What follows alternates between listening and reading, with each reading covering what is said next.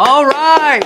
Hi, my friends. It's Brendon Burchard, founder of Growth Day. And today we have a special session on the topic of improving your relationships. So if you are in an intimate relationship, you have a partner, you have a spouse, you have someone you're dating, and you're trying to improve that or set that relationship up for great success, this is the topic we're taking on today in Growth Day. One of our most requested topics, because clearly we've all learned over the last year and throughout the pandemic how difficult it was to have great relationships. If suddenly now you're locked in the house with somebody or you had distance, how do you create a great relationship is something I think we all want. I'm always sharing with you all here in Growth Day that we all want greater aliveness. We all want more connection. We all want more meaningful pursuits, and we all want more growth. And if you're going to grow in any area that brings you more vibrancy and fulfillment and life satisfaction over the long term, it is with your relationships. Now, I've got a lot of fun to do today with you because in talking about relationships, I made sure not only to come back, I'm going to share a couple of different perspectives today. One, I'll definitely share the research. You know, if you know my work now, it's 25 years studying personal development in depth, including psychology, neuroscience, sociology, behavioral economics, the whole 9 yards, to understand what is it that helps people become higher performing and create greater well-being and relationships. That's what I do, right? So a lot of research I'll share with you here today, but also kind of a little bit magical, hopefully. I'll share my own personal perspectives in dating, in relationship, in marriage. I'll also share with you Denise's. So for those who've been through Transformation Week or have ever taken some teaching and training from Denise and I asked her literally this morning for her list of most important practices that have kept us sane and happy for all these years, going on 18 years. And just like anyone else, ups and downs, challenges in relationships, they are not easy. And so part of that is because you have a different perspective than your partner or your spouse. I also know with the worldwide community, some of you all aren't in a relationship right now. You just ended one and you're trying to debrief and learn and think of, okay, what's it gonna be like next time? Or you're dating someone right now and you're trying to see if you want to deepen that relationship or maybe they're not the person. Some of you are like, dude, I don't want a relationship right now, but I'd sure like to know this stuff to help my friends. So I'm always telling what to do over coffee. So wherever you're at, I'm going to make some assumptions today because this is literally a seminar on how to improve your intimate relationship. I'm going to use the terms partner or spouse a lot today. I'll kind of default to partner because maybe that partner is someone you're dating and you're deep in that relationship. You're just starting. Or it might be a spouse that you're with and maybe you like them or you're trying to improve it. Wherever you're at, it's okay.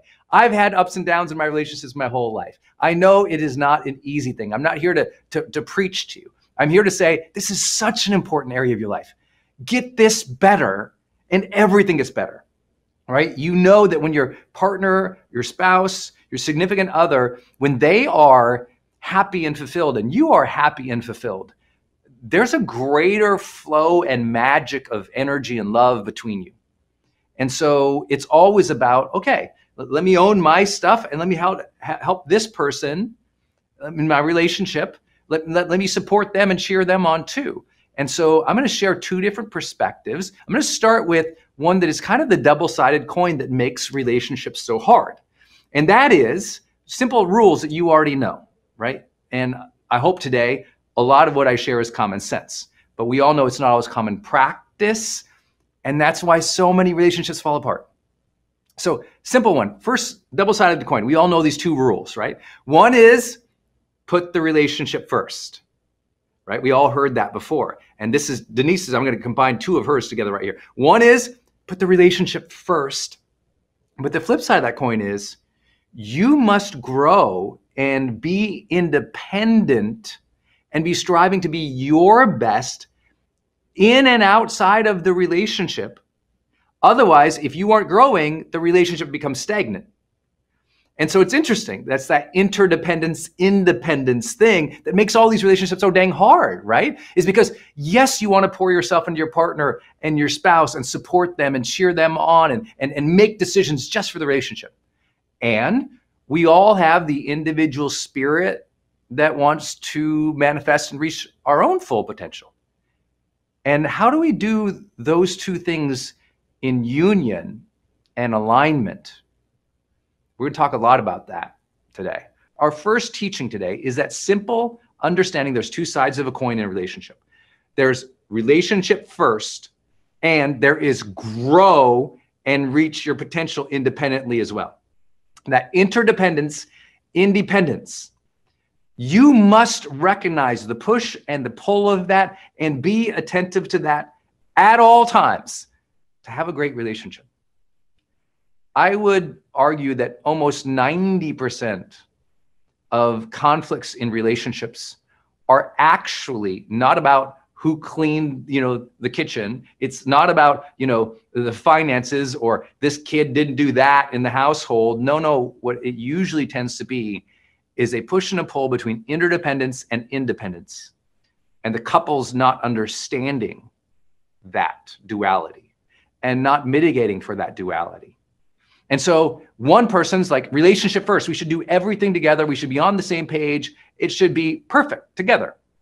And relationship first also, though, means, hey, when you're making decisions about your life, make it please in the context that we have chosen to live life together. Who's ever had a relationship where the person was completely oblivious to this idea of make the relationship first, right? It was probably miserable for you. It was like, this person doesn't prioritize us. And I believe that one thing has really helped us, me and Denise in our relationship, is honestly, she defaults to that. She is so good and bringing me back to that too, that it's about us. We plan together. We have to have the journey together. Don't just go do these things. Think about how does that impact us, our life, our family. And she's really just good at that. And I believe that's what has taught me to be a better man, I hope, in the relationship we've gotten, more and more years into our relationship together. I think that is really powerful. How do you put your relationship first? You always make decisions within the context of realizing you're in a relationship together. Like obvious, right? And it doesn't mean you can't have independent decisions. It means those decisions still take place in understanding the effects and the consequences of your actions within the relationship. When we forget there's consequences of our actions within a relationship, the relationship inevitably becomes something separate than us. And when this relationship is separate than us, they feel a separatedness. And the more your partner feels a separateness in the relationship, the more that relationship struggles. This is why you hear people say, make decisions together, plan together, know what you're both working on together. That's the idea of relationship first. It's, right, I have a life partner. That means I do life with my partner. So when I plan things in my life, I think about my partner. And that simple reminder, I know not all of you need, but you've been in relationships where that was not true. And if you have been, you know what I'm talking about in that separateness. You don't feel like you really know the person, or you feel like they don't value your opinion.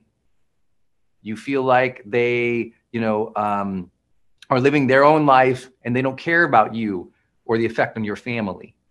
And so it's so important for us to always remember, when I think about relationships, I always think about the coin, I call it the coin. Interdependence, independence, relationship first. Okay, got it.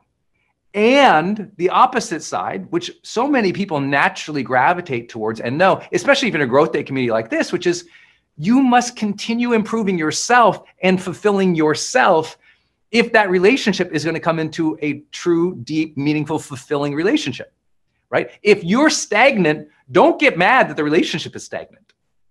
If your partner is stagnant, meaning they're not growing, they're not stretching themselves, they're not trying to learn about their mindset or their effect of energy on other people, or to become more productive towards meaningful pursuits that matter to them, well, then what happens? It's like you're growing and you're extending, but they are not. Who's ever been there? That's super hard. Now, the challenge is you can't, if relationship first is one side of that coin and growing is the other, and you happen to be the person on that coin, you're growing, and you don't sense that they are. Because relationships are first, you also cannot be bitter towards them, hate them, be jaded about it, because there's probably been points in your life where you weren't growing at your potential either. And what is the thing between, like, what is the material, I call it, between the coin? Interdependence and independence. What's the material, right? If you have a penny, you know that the material's copper, right? In between, right? What is the in between? Here's my philosophy. The in between, the stuff of the coin, is called grace. Grace. If two people are going to come together and it's going to work out, there's got to be grace between them. Grace when you're growing and they're not. Grace when they're growing and you're not. Grace when they're struggling and you're doing great. Grace when you fall a little bit away from each other. And without that, it's really hard to keep that coin unified and valuable, if you will. And so I want to begin today with a simple idea. I know, after teaching about relationships literally for 15 years, and I've been blessed to coach some of the highest level couples in the business world and some of the highest level Olympic couples. I've worked with couples in every possible scenario that you can imagine, from new parents to people who've chosen not to have children, to people who are just trying to finally create depth and meaningfulness in a new relationship. I can share you, 15 years of coaching, you have to imagine every conversation or every other conversation brings up a relationship that somebody is in. And what I have seen over and over and over again, when either teaching or coaching on relationships, is your, or the listener, the student's immediate impulse to judge the other person. So as I'm teaching today, it's very easy. Oh, my husband, he's like this. My wife, she's like that. And you're immediately, like, as soon as I start teaching about something, you immediately cast the other person as the wrongdoer. And if we're going to explore relationships today, no, the material in between interdependence and independence is not wrongdoer. It's grace. If you want the relationship to improve, if you want the relationship to deepen, if you want that thing to feel better, no bitterness here, no judgment here. I always say, judge less, feel better. Okay, let's not judge our partners or spouses here. Let's educate, let's learn, let's explore how we think. You can't control them. Maybe you're lucky and they're watching with you. And if some of you are doing that, that's great. But if your partner or spouse isn't here with you right now, don't make this a judge session on them, even if you're in turmoil, even if they feel separate, even if you're fighting. I want you instead to say, let me explore my relationships with openness and grace. Let me be accountable for my stuff, think through my stuff, and not make this a session of they're bad and they're the wrongdoer. Because I promise you, as soon as you make your partner or spouse the wrongdoer, life gets hard.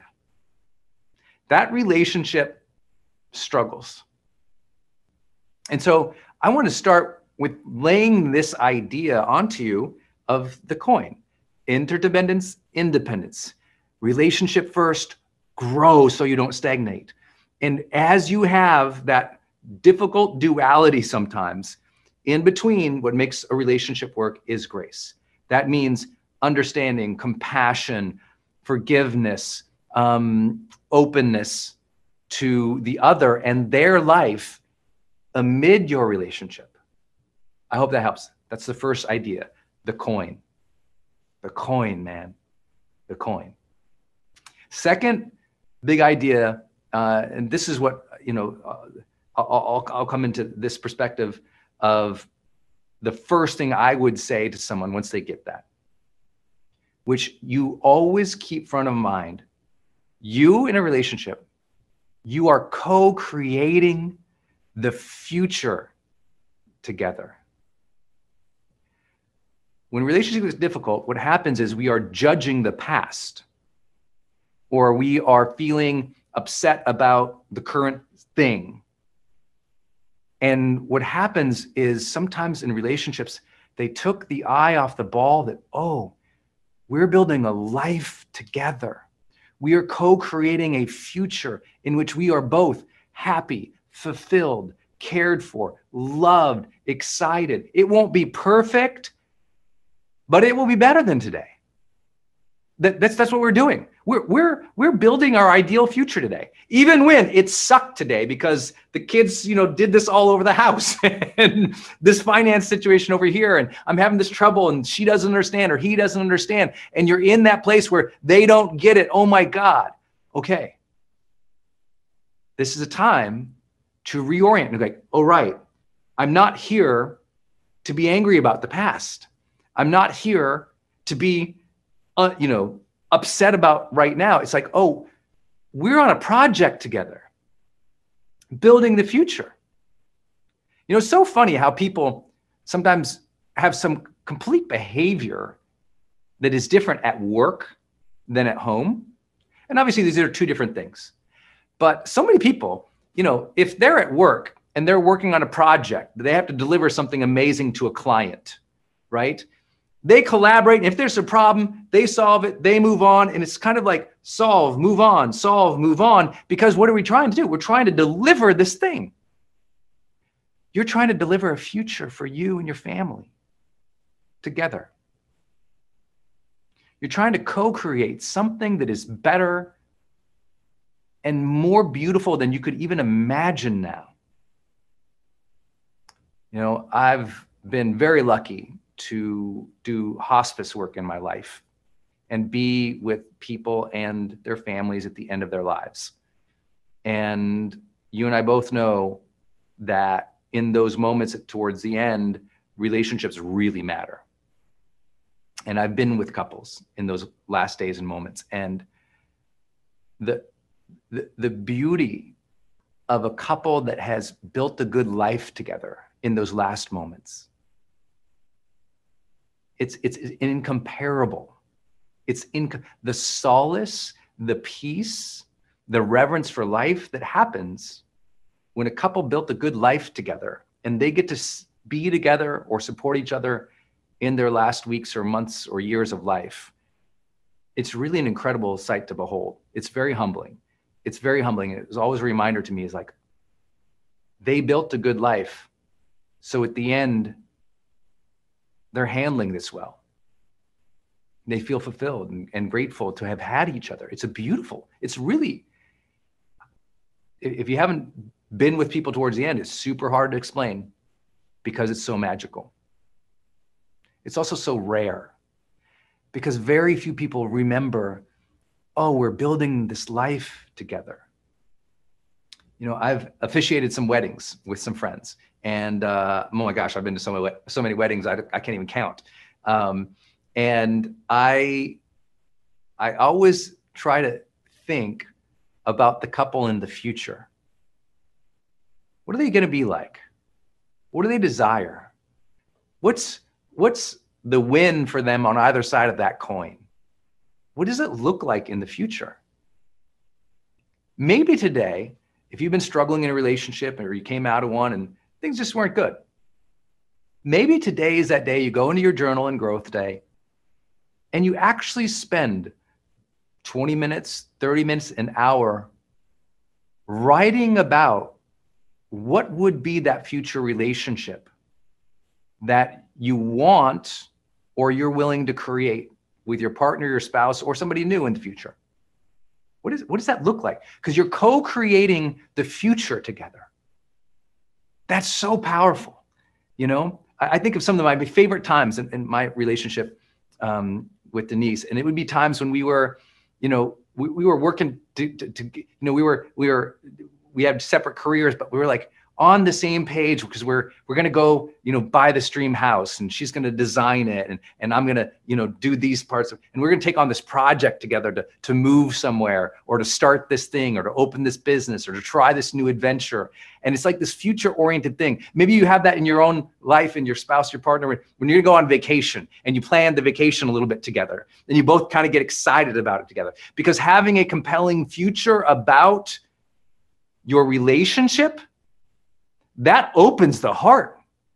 When you see nothing but a dead end and an awful day again tomorrow and the next day and the month after that, you and I both know how bad that feels. And so we must, no matter how difficult it is, reorient ourselves to an idyllic future together and do the hard work to get there. It's not just about co-creating the future, though. My related point here is we're co-creating the future, and we are co-creating energy together. One of my favorite questions in mediation. So mediation usually means, in my world, that there's two partners or two parties and they're fighting and they can't resolve their stuff. So I'm brought in to help them work through stuff, right? And I spent a lot of my college years and grad school years doing this. And so I would see, all these examples of where people were really, they thought they were fighting about content, but the really issue was, it was the process and the energy that they were fighting about. It wasn't about the kids or the finances or that thing she did or he did. It was really about the energy they were feeling then. So I would always love to ask them, literally my first couple questions to a couple is, tell me about the energy you two create together. When you're alone, what's the energy of the house? When you're on a trip, what's the energy between you? When you're out with friends, what's the energy? And inevitably, if the relationship, listen to this so closely, if the relationship is in a tough place, one person is blaming the other for that energy, not realizing in relationships, energy is co-created. We're just trying to win the day. We're just trying to win the day. When it's a struggle, we just want to get through the day. We just want to survive. We want to make sure the kids don't tear each other's arms off. We want to make sure that we got some food in the fridge. We want to make sure the business isn't falling apart. We want to do all we can to care for other people. And however, I want you to recognize a couple concepts today I'm going to teach you about. And you need to always be highly alert to them to have a conscious and deliberate and high-performing life. I really want you to get this. I really want you to tune into these distinctions, because I want you to check in right now. I want you to check in where we're at, and then we're going to build towards the future. This first idea, when you go into protection, when you go into caretaking, when you go into managing the energy of everybody else and just hoping to make it through the day, what happens is enough days of that and disconnection from the future, this dichotomy starts happening, this challenge, this thing here. Dread versus excitement. Even great leaders can start to feel dread about the day. Ugh, now I'm gonna have to go manage more complaints from other people. Ugh, I'm gonna have to manage the attitude of my snarky husband. Ugh, I'm gonna have to deal with that grumpy person over here. Ugh, I gotta answer all those emails. Ugh. So even in the context of abundance, joy, the good positive energy you can have, when every day can start to feel a little Groundhog Day, it can start to feel like dread. Even Bill Murray, one of the most fun people on the planet in Groundhog's Day, starts to have dread. And I want you to be attentive to your energy over these last 7 days. How many days did you feel a little bit of dread? And I want to share with you, it's okay, because you might not have been aware of that dread. It's not about your life. The dread's not about the kids. It's not about the husband. The dread's not about your health. The dread that comes, that existential dilemma that comes in times of turmoil, is actually not anything happening right now. It's a disconnection from the future. Sometimes we get it wrong. We think everything around us is wrong.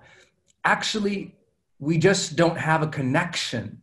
We don't have something to be excited about.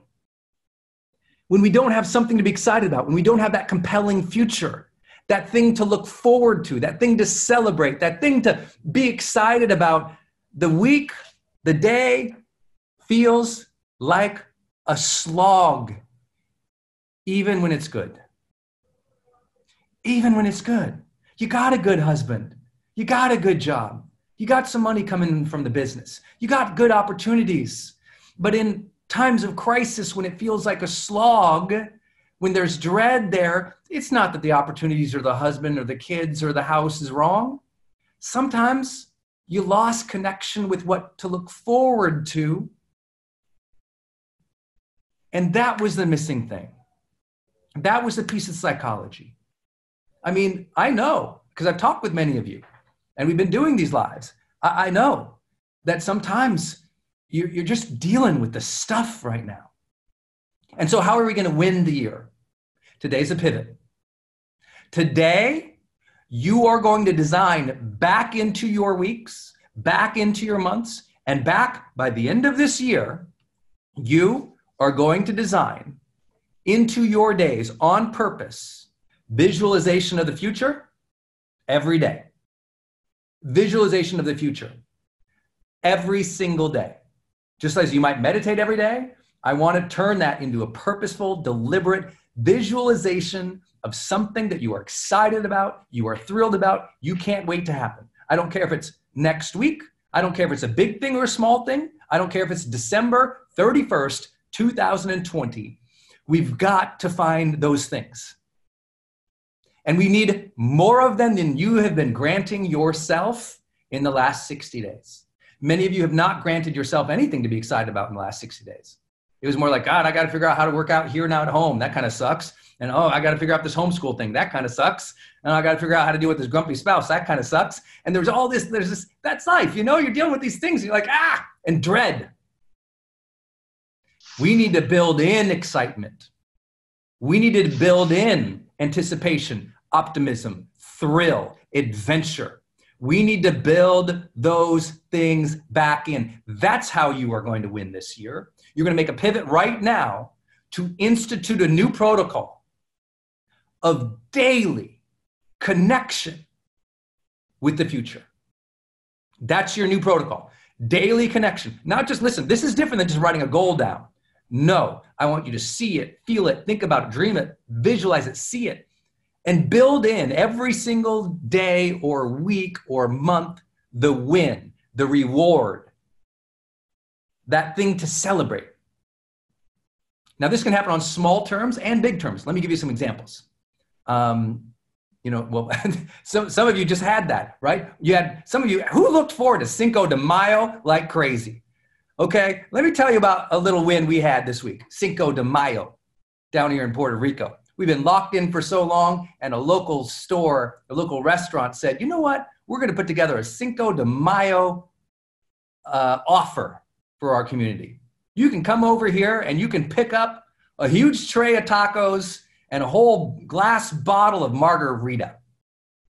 I will tell you, you thought this place just won 54 NBA championships, 74 Super Bowls, and 100 lotteries all in the same moment. When that email went out and this community got that, it was like, the whole place was but something to look forward to. We don't have to cook. We can go pick up stuff because I'm not in a place where there's a lot of stuff that delivers to your door.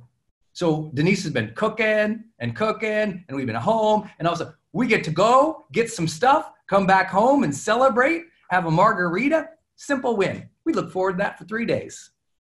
Simple. Not a big thing. Not a big thing. But maybe all week you could talk about how with the kids, hey, on Saturday, we're going to go to the park. What toys should we bring? Let's bring a picnic. What would you like us to bring in the picnic basket? When we go to the park, how long do you want to stay at the park? What games do you want to play at the park? These conversations of anticipation, it's got to be built in. And listen, I know the mistake sometimes is we'll go, well, Brendon, let's wait and see how things turn out. Oh, yeah, okay, I like this idea, Brendon. Let me plan for October. Let me plan for November. No, this week, the next 7 days was something you can look forward to. And don't wait for it to hopefully happen. Build it in. You got to build in the rewards, the vibrancy, the adventure, the fulfillment, the daily connection of conversation with your spouse, with your partner about something coming up. Even in moments of delay. I'll give another simple example. When we came to Puerto Rico, and my dream, as many of you guys know, or I know some of you are new to the community, but since I was a teenager, I wanted to live in the Caribbean. I had that dream of living on a white sandy beach with some palm trees, riding, overlooking the ocean, taking daily walks on the beach, running on the beach, swimming in the ocean. I wanted that my whole life. I thought maybe one day I'll get to a point and I'll retire down in the Caribbean somewhere. You know, because I thought you had to leave the country and I thought you had to go down there. It's like, you know, well, Puerto Rico's a US territory, so we didn't have to give up a passport. We still under the same federal guidelines and laws. And I thought, okay, hey, you know what? I came down here. I fell in love with the place. Well, we've been down here for 2 years and we've been trying to figure out, well, where do we live? What's our vibe and what do we want? Long story short, there was a new development being built. And Denise and I decided, okay, let's get on that. It was new construction. It was a new building going to be built. And so we purchased. And as you can imagine, it takes a long time to get things done in the Caribbean. And so we've been waiting. And then the pandemic hits. And in the meantime, we've been renting places, trying to figure out where we're going to live and waiting for this new construction to finish. Well, of course, construction completely comes to a halt on non-essential things like new construction down here. And so for the last 60 plus days, there's been no construction on our future home. And so it's like we're not living where we want and we're just kind of, you know, we're waiting it out. And yet, instead of having that as a sense of dread, Denise goes into, planning mode. Now, we don't know when we're going to get there, but we can still plan. So she's already designed every single room. She's already shown me the layouts and everything. Been still moving forward the pieces that you can, ordering this, getting that light, getting that fan, doing things. And same thing, listen, how many of you had a trip or a vacation cancel? Anyone? Yeah, you had something you were looking forward to, you had to cancel it. You know, we were looking forward to going to a certain foreign country this year and had to cancel. But guess what? We can still go, okay, we don't know, we're going to do that in September now? Is that going to happen October? We don't have a date, but guess what we can still do? Well, when we get there, what are we going to do when we get there? So we're still researching, what are the cool activities we'll do when we go there? What are the adventures we'll have when we go there? Who might we get to invite when we go there? We don't know the date, but the trip is visual. It's real. We know what things we're going to do there. And that is a post into the future that we can look forward to, talk, discuss, dream of. It can be that simple. It can be that simple. It can be a place you're going to go, a family outing. But here's what I want to know. Listen, the difference between what I'm talking about, this is not hope and inspiration. This is coaching you to sit down today with a calendar and every single week build something in that you can look forward to and talk to with your spouse, your partner, your family, your team. Build it in, talk about it, discuss it, get excited about it. That's what you got to do. It's tactical. It's every day. I want you to sit there. You know, for me, it's when I wake up in the morning. When I wake up in the morning, I lay in bed for an extra couple minutes and I just visualize and think about things I'm excited about, think about the future, think about things I don't even know how it's going to happen.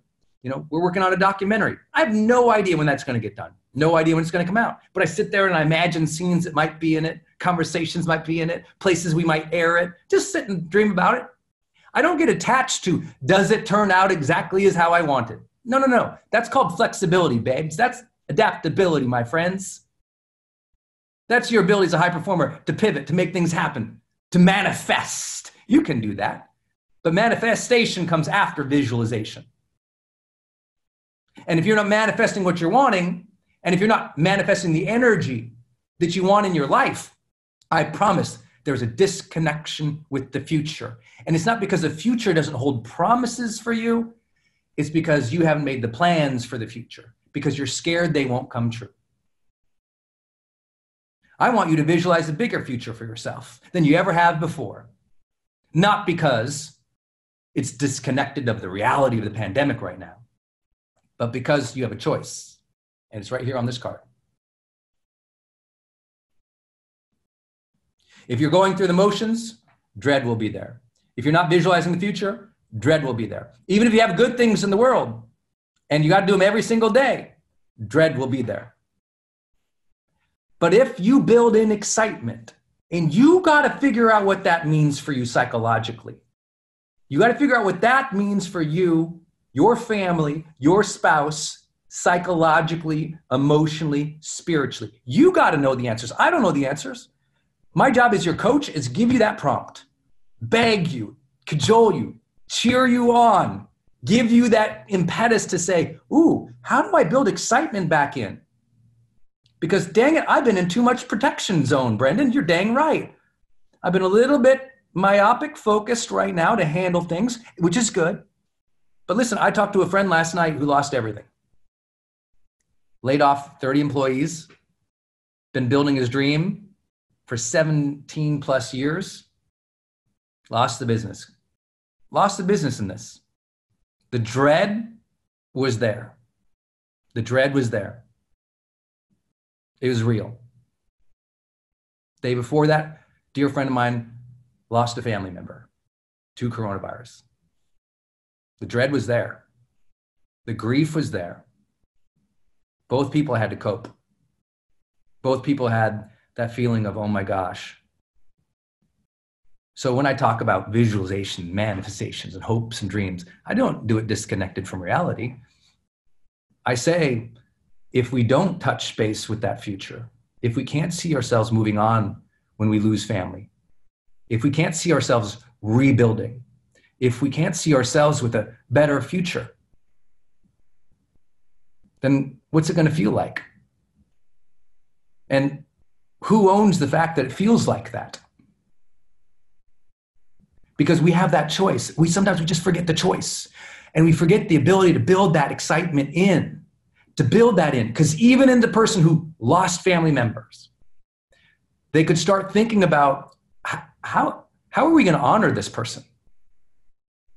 When things come around, when we can get together to celebrate this person's life, how are we going to get together to celebrate this person's life?